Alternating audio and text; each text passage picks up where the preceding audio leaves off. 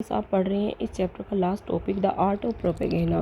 देखिए नाजी से है, मैं इसको एक सिंपल वर्ड्स में आपको बता देना चाहती हूँ। नॉर्मली इसमें क्या लिखा हुआ है कि नाजी की जो रेजिम थी और जो लैंग्वेज और मीडिया में जो यूज़ की जाती थी वो है ना बहुत संभल के यूज़ की जाती थी। जैसे किसी को किल मर्डर करना, इसकी बजाय वर्ड्स यूज़ किए जाते थे कि स्पेशल ट्रीटमेंट के लिए भेजा जा रहा है, इसका फाइनल सोल्यूशन कर दो, इसको इसको क्या कर दो, गैस चैम्बर्स में डाल दो। Do you know that gas chambers were called, आपको पता है गैस चैम्बर्स हैं वो क्या होते थे, देवर लेवल डिसइंफेक्शन एरिया, उनको डिसइंफेक्शन एरिया कहते थे। आपको पता है गैस चैम्बर कैसे होते थे, जैसे बाथरूम होते हैं ना हमारे, वैसे होते थे। उसमें शावर लगाता था, शावर में से पानी निकलता था, गैसेज निकलती थी और वो लोगों को मार देती थी। मीडिया है उसने बहुत ही केयरफुली लोगों का सपोर्ट हासिल करने की कोशिश की। उन्होंने मीमेसिस, फिल्म्स, रेडियो, पोस्टर्स, कैची स्लोगन्स, इनकी सहायता से है ना पोस्टर्स बनाए, ताकि क्या किया जा सके कि जो ज्यूज़ हैं, जिप्सीज हैं, इनकी इमेज को ख़राब किया जा सके और लोगों के मन में है वो नॉर्डिक जर्मन आर्यन के लिए और हिटलर के लिए एक अलग जगह बनाई जा सके। तो आपने देखा एक मोस्ट इनफेमस फिल्म थी द इटर्नल ज्यूज़ है, ये भी बनाई गई थी।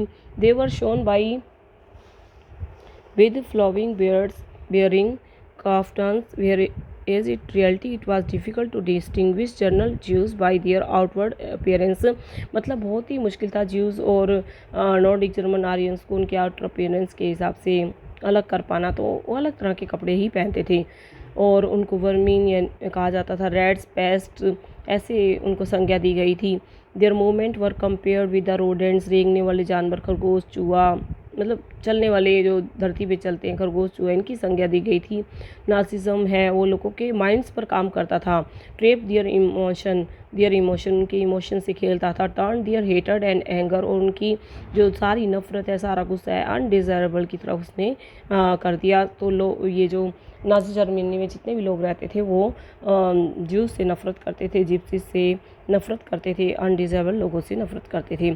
तो आपने देखा कि किस प्रकार से हिटलर ने अपना दबदबा बनाया। तो मैं आपको जो चैप्टर पढ़ा रही थी Nazism and the rise of Hitler, ये बेटा बहुत अच्छा चैप्टर है। इसको आपको एक स्टोरी की तरह लर्न करना है। किस प्रकार से फर्स्ट पेज में आपने देखा 1945 में हिटलर, उसके प्रोपेगेंडा मिनिस्टर है, उसने जैसे ही सेकेंड वर्ल्ड वार ख़त्म हुआ आत्महत्या कर ली।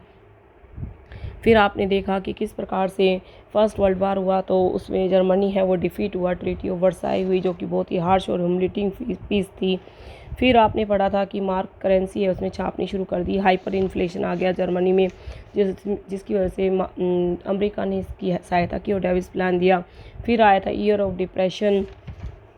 फिर आपने देखा हिटलर किस तरह से एंटर हुआ था और किस प्रकार से वो मैसेंजर का काम करता था, किस प्रकार से उसने पावरफुल स्पीकर था तो उसने लोगों की नज़र में किस प्रकार मसीहा बन गया। फिर हिंडनबर्ग जो कि प्रेसिडेंट था जर्मनी का, उसने इसको चांसलरशिप ऑफर की, इसने एक्सेप्ट कर ली और 3 मार्च 1933 को नेबलिंग एक्ट पास करके और जो जर्मनी है उसमें डेमोक्रेसी को ख़त्म करके डिक्टेटरशिप एस्टेब्लिश कर ली।